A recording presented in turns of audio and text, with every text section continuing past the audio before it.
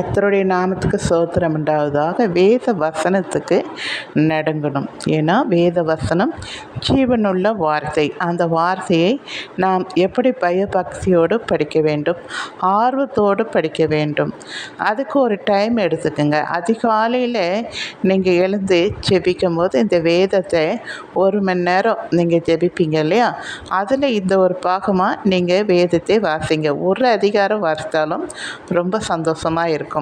நீங்கள் ஒரு நாளைக்கு ஒரு அதிகாரம் கூட வாசிக்கலாம். நீங்கள் வீட்டிலே இருக்கிறவர்களாக இருந்தால் 5 அதிகாரம் கூட வாசிக்கலாம். காலையில் 5, நைட் 5 வாசிப்பாங்க. சிலவங்க காலையில் 1, நைட்டு 1 வாசிப்பாங்க. இப்படி வாசித்தாலும் நீங்கள் எப்படியாவது அந்த பைபிளை நீங்கள் தினமும் அதை நான் கண்டிப்பாக வாசிப்பேன்னு ஒரு பொருத்தின மாதிரி செய்து நீங்கள் இந்த மாதிரி வாசிங்க. அது மட்டும் இல்லை, நீங்கள் காலையில் ஏன் வாசிக்க சொல்கிறேன்னா, எந்த ஒரு டிஸ்டர்பும் இருக்காது. நீங்கள் வாசிக்கிறதுக்கு முன்னாடி உங்களுடைய வேதத்துள்ள அதிசயங்களை நான் பார்க்கவும் அதுபடி நடக்கவும் எனக்கு உதவி செய்யுங்க ஆண்டவரேன்னு சொல்லி ஜெபம் பண்ணிவிட்டு நீங்கள் வாசிங்க.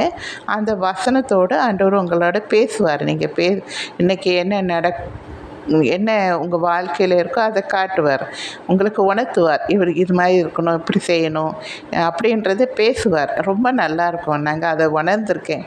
ஏன்னா ஆண்டவர் அந்த அதிகாலையில் அவரோடு நான் ஜெபம் பண்ணிவிட்டு வேதம் வாசித்து ஒரு பாட்டு பாடி அப்படி இருக்கும்போது ரொம்ப நல்லாயிருக்கும். அவரோட நீங்களும் அவர் மட்டும்தான் அந்த தனித்து இருப்பீங்க.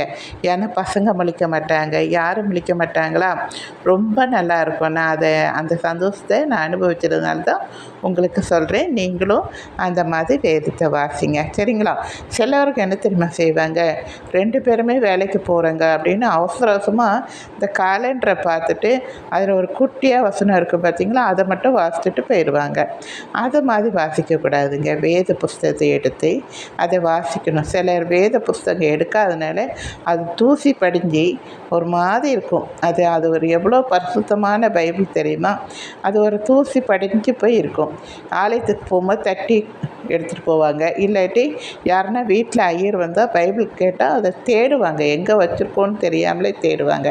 அப்படியே தேடினாலும் எங்கேயோ அது ஒரு கசங்கி புசங்கி ஒரு சாதாரண புக்கு மாதிரி எங்கேயோ கிடக்கும். அதை தட்டி எடுத்துகிட்டு வருவாங்க. அந்த மாதிரிலாம் இருக்கக்கூடாது. பசங்க கையில், மெயினாக குழந்தைங்க கையில் கொடுக்கக்கூடாது, கிழிச்சு போட்டுருவாங்க. அந்த பரிசுத்த வேதத்தை நீங்கள் தேவ ஆவியினால் தீர்க்கதரிசிகளுக்கு, தேவனுடைய பிள்ளைகளுக்கு சொல்ல அது எழுதப்பட்டது. அதனால் அதை ரொம்ப ஜாக்கிரதையாக பயபக்தியாக நீங்கள் வச்சுக்கோங்க. நீங்கள் படிங்க, பிள்ளைகளுக்கு சொல்லுங்கள். அதை வாசித்ததை நீங்கள் சொல்லுங்கள் பிள்ளைகளுக்கு. இப்படிலாம் இருக்குது, இப்படி தான் நடக்கணும், ஆண்டவருடைய பிள்ளையாக நடக்கணும் நீங்கள் சொல்லி கொடுத்து வளங்க. அப்புறம் அதுக்கு படிக்கிற காலத்தில் நீங்கள் வேத புஸ்தகத்தை புஸ்தகத்தை கொடுங்க. அந்த பிள்ளைகள் வாசிப்பாங்க. எழுத்து கூட்டி எப்படியாவது ஒரு 5 வசனமாவது வாசிக்க சொல்லுங்கள். பெரியவர்கள் ஆன பிறகு அவங்க எவ்வளோ வாசிக்கிறாங்களோ வாசிக்கட்டும். ஆனால் தினமும் ஒரு 5 வசனம் வாசிக்கணும்னு சின்ன பசங்களுக்கு நீங்கள் சொல்லிக் கொடுத்து அந்த ஆர்வத்தை காட்டுங்க, சரிங்களா? அப்புறமேட்டு சிலவங்க பைபிளை கை இப்படி பிடிச்சிப்பாங்க. எந்த பாகம் திறக்கிறோமோ அதை மட்டும் வாசிக்கணும். அதுவும் கண்ணில் எந்த பகுதி தெரியுதோ அதை மட்டும் வாசிப்பாங்க. இப்படி தான் ஒருத்தர் வாசித்தாராம்.